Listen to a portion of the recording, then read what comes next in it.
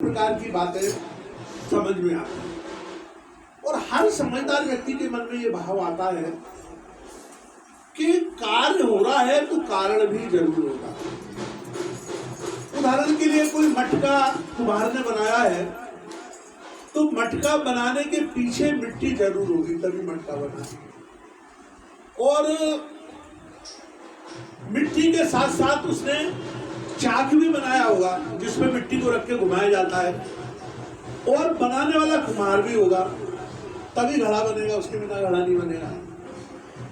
तो इसी प्रकार से जब हम इस ब्रह्मांड के बारे में विचार करते हैं कि ब्रह्मांड कैसे बन गया ये, तो जैसे मटका अपने आप नहीं बन सकता है वैसे ये ब्रह्मांड भी अपने आप नहीं बन सकता। मटका बनाने वाला कुम्हार है, मिट्टी है। वेदांत की भाषा में कहते हैं कि 3 कारण होते हैं जब कोई चीज निर्माण होती है। एक होता है उपादान कारण, एक होता है समवाय कारण और एक होता है निमित्त कारण। उपादान कारण उसको बोलते हैं जो मूल कारण होता है, जिसके बिना कार्य हो ही नहीं सकता। जैसे हमने घड़े का उदाहरण बताया तो घड़े में उपादान कारण है मिट्टी, क्योंकि बिना मिट्टी के घड़ा बन ही नहीं सकता।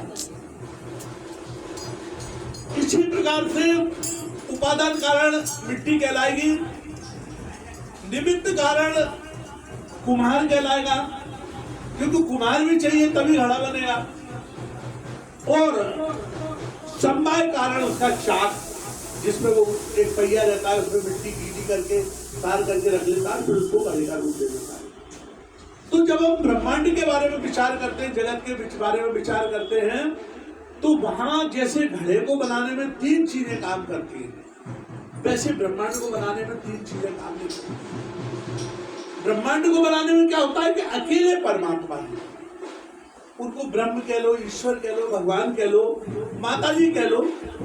देवी भागवत के अनुसार माता जी ही सब कुछ करती है, जो जगदम्बा है भगवती है। अभी हम उसी पर प्रतिदिन 3-4 प्रवचन कर रहे हैं देवी भागवत पर। तो उसमें देवी भागवत में वेद व्यास जी महाराज ने लिखी है जो 18 पुराण है उनमें देवी भागवत की पुराण है।